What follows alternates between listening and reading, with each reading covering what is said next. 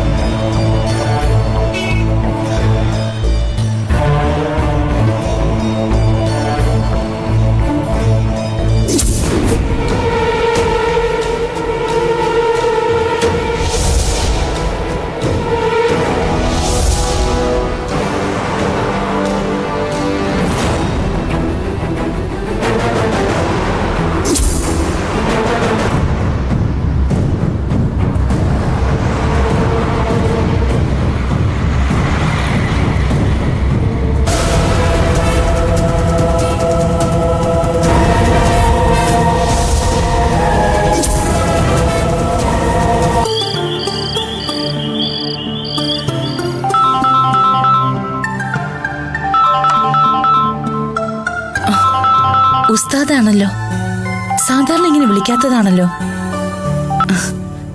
Hello hello hello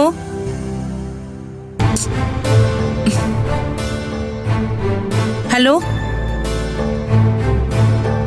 hello ഒന്നും കേൾക്കുന്നില്ല. Hello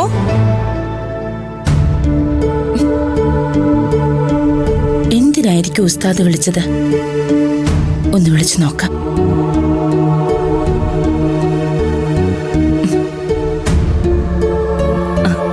hello hello ഒന്നും കേട്ടൂടാ. ഹലോ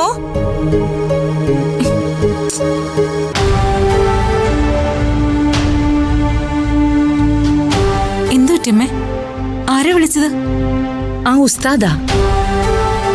ഏത് ഉസ്താദ്? ആ മാർക്കറ്റിലുള്ള ആളാണോ? ഒന്നും കേൾക്കാൻ പറ്റിയില്ല. തിരിച്ചു വിളിച്ചിട്ട് കിട്ടുന്നുമില്ല. അദ്ദേഹം സാധാരണ അമ്മയെ വിളിക്കാറുണ്ടോ? ഇല്ല, വിശ്വേട്ടൻ ഉണ്ടായിരുന്നപ്പോ ഇടയ്ക്കിടയ്ക്ക് വിശ്വേട്ടനെ വിളിക്കുമായിരുന്നു. അവര് തമ്മില് അത്രയ്ക്ക് അടുത്ത സുഹൃത്തുക്കളായിരുന്നോ? അവര് തമ്മിൽ എങ്ങനെയാ പരിചയപ്പെട്ടതെന്നൊന്നും എനിക്കറിയില്ല. പക്ഷെ വിശ്വേട്ടൻ ഉസ്താദിനെ കുറിച്ച് പറയാത്ത ഒരു ദിവസം പോലും ഇല്ല. വിശ്വേട്ടൻ മരിക്കുന്നതിന്റെ തലേദിവസം രാത്രിയും ഉസ്താദ് വിളിച്ചിരുന്നു. അവര് തമ്മിൽ എന്തൊക്കെയോ സംസാരിച്ചു.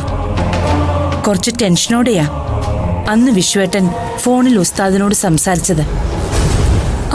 അന്നത്തെ സംസാരത്തെക്കുറിച്ച് അച്ഛൻ എന്തെങ്കിലും അമ്മയോട് പറഞ്ഞിരുന്നോ? ഇല്ല.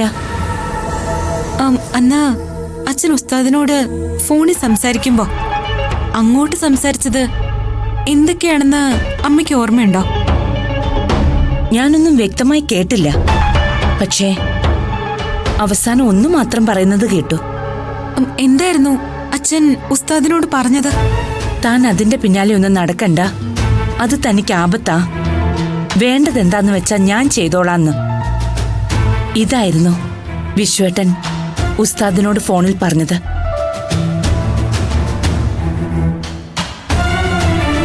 എന്താ ആലോചിക്കുന്നേ?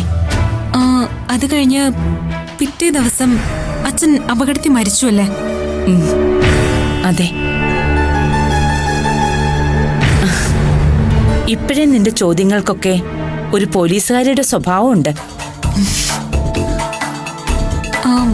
അച്ഛന്റെ മരണത്തിന് ശേഷം ഉസ്താദ് പിന്നെ ഈ വീട്ടിലേക്ക് വന്നിട്ടില്ല അല്ലേ? ഇല്ല.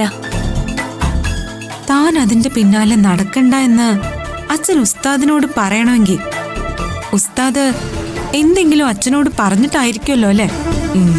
അതെ, അല്ലെങ്കിൽ പിന്നെ ഉസ്താദിനോട് അങ്ങനെ പറയേണ്ട കാര്യമില്ലല്ലോ. അപ്പോ ഒരു കാര്യം ഉറപ്പാ, നമുക്കറിയാത്ത എന്തൊക്കെയോ ഉസ്താദിനറിയാം.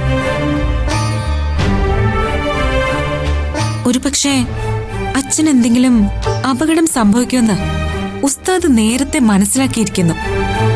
അങ്ങനെ ആയിക്കൂടെ അമ്മേ? അപ്പോ ഒരു കാര്യം ഉറപ്പാ, ഉസ്താദിന് പറയാനുള്ളത് അച്ഛന്റെ മരണത്തെക്കുറിച്ച് തന്നെയായിരിക്കണം.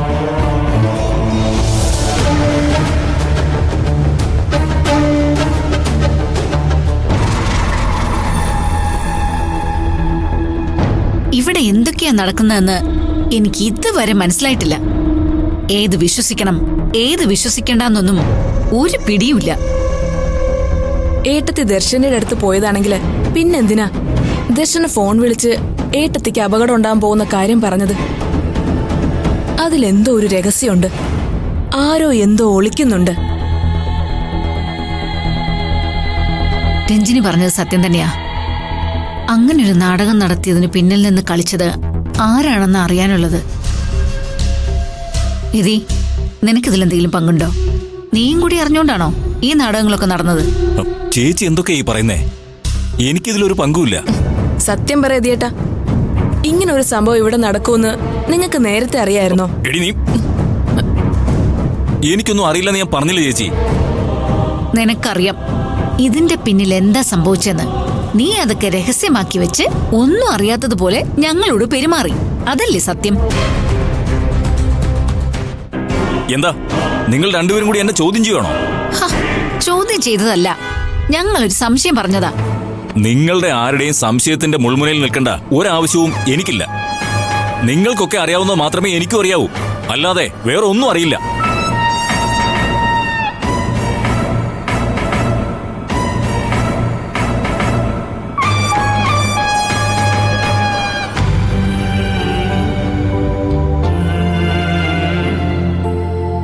അച്ഛാ, കടമ്പകൾ ഒരുപാട് ഇനിയും ഉണ്ട്. അച്ഛന്റെ സ്വപ്നത്തിന് വേണ്ടിയാ ഞാൻ കഷ്ടപ്പെടുന്നത്. അത് ഞാൻ നടത്തി തരും. എന്നെ അനുഗ്രഹിക്കണം.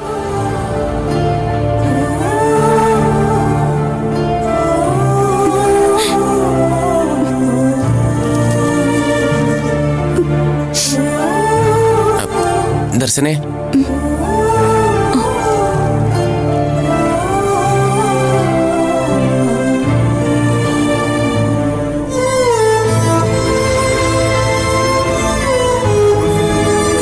എന്തു പറ്റി ദർശനെ?